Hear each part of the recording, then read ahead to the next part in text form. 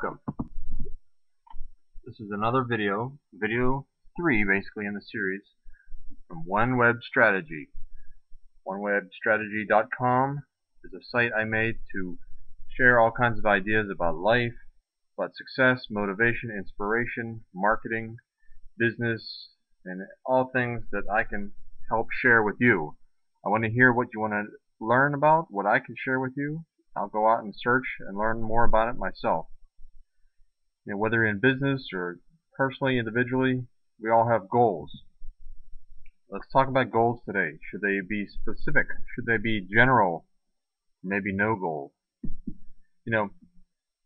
People always said set specific, clear goals with a specific time frame, exact amount, details, and everything like that. The more concise and clear you are, the better you are, is what we've often heard, at least I have. Especially in our culture, goals are ingrained in us. We're all about achievement, about award, about money, about what have you done lately, your resume, etc. More recently, people like Deepak Chopra and Michael Dooley say keep goals more general, kind of a more big picture. Some other people say that no goals is best, believe it or not. That's contrary to what we've heard. Let's talk about the first one that we've mostly heard. Write down your goals in a clear, concise manner with the date you want clearly set. So, I want to earn $250,000 in salary and commissions by serving my clients, adding new clients by midnight January 1st, 2012. Okay, we've all heard something like that, Maybe there's a different variation or whatever, but, the argument is the mind is like a computer. It will seek the path to the goal. As long as you put some emotion behind it, a plan behind it, you focus, there's clarity, and it works, or so they say. Some other authors say, well, don't get too specific because you limit yourself. So, in the same example where you want $250,000, but why? Why do you really want that money? Because what that money will bring you, the feeling, the experience, the whatever. Say $250,000, it will bring you happiness. It will bring you freedom. Maybe you can leave your job, or you can do something, go on vacation more weeks during the year. Maybe it's a relief. You can get out of that debt, or buy that cabin or the vacation home. Maybe it's just abundance. You want to feel that. Typically, if you really think about it, it's probably just being happy, probably just being secure or relieved or something like that. What's that feeling? So they argue, why not just focus on that feeling instead? Instead of focusing on, I got to earn $250,000, focus just on the feel. I want to be happy. I want to, just kind of think of the big picture. This way it won't limit yourself, because they argue that maybe you can earn more money. Or maybe earning the money isn't going to bring you happiness. We've all seen and experienced that in one way or another, right? You work hard, you sacrifice from family time, personal time, maybe even your health, and you earned the $250,000. You're worn out, maybe, and maybe you're not happy, but you have the money. There's different ways to think about it. It's a good point. The big picture is typically we're growing and expanding our world when we set goals, and we often don't know what is really available. What's really our potential? We often limit ourselves. So think about it in the past. You probably didn't think a lot of things you've done or already have achieved now. You didn't think those were possible, right? You've probably done at least one thing in your life that you're like, wow, I couldn't believe that. So think, if you set a specific goal, maybe you limited it yourself that way. So maybe instead, go for the feeling. Michael Dooley, he's an author, and he's pretty popular. He has tut.com, tut.com. He has a chart in one of his books. I think it's Leveraging the Universe. And on one side, on the left side of that is kind of the general, the big picture. It's happiness and abundance and just simple things like that. The big picture things, just feelings really.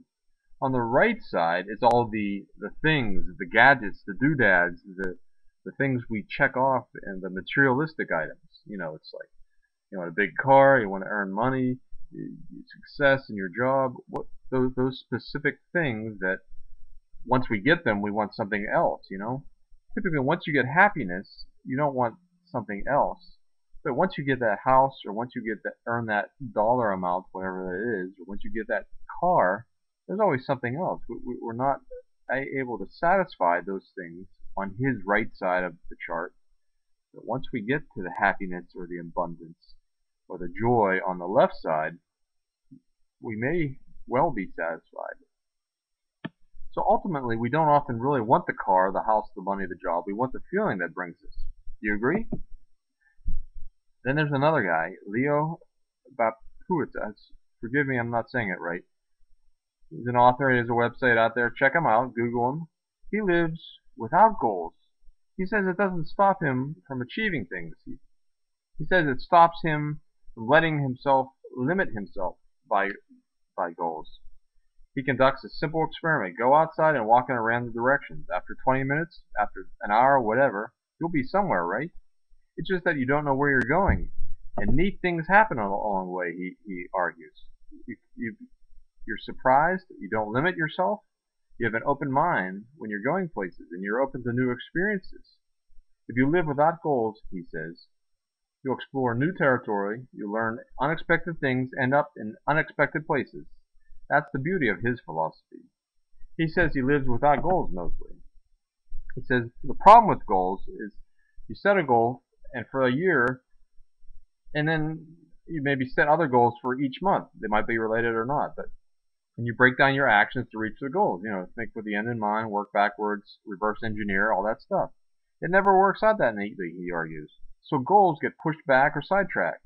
And sometimes you're not achieving the goal, and it can damage your self-esteem or your self-image. You lose the confidence.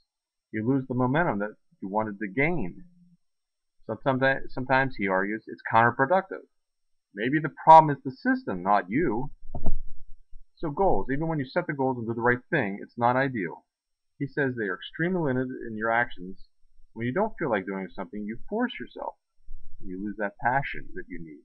You don't have room to explore new territory, and you have to follow a plan even if you're passionate or inspired to do something else. So what then? What do you do without setting goals? Lay around, sleep all day? No. He argues, do what you're passionate about. For instance, he writes, creates, and helps others. He connects with others. He does some consulting and other things like that. He feels he achieves more than if he had goals, and he's excited about it. He's often surprised by it. Check him out at zenhabits.net. What do you think? Do you agree? Do you think we should set goals? What do you do in your life, and what works for you? Share some ideas. I want to get this out there. Do you like specific goals? What about general picture goals? Big picture goals. Check out Michael Dooley. Or maybe it's no goals. OneWebStrategy3.com. Email me. Comment on the website. Blog me, man. Whatever. Shoot me a video. Alright, I love it. Thanks a lot. Keep in touch. Keep me abreast on what works in your life and what doesn't. And keep me updated on what you want to see in life. Take care.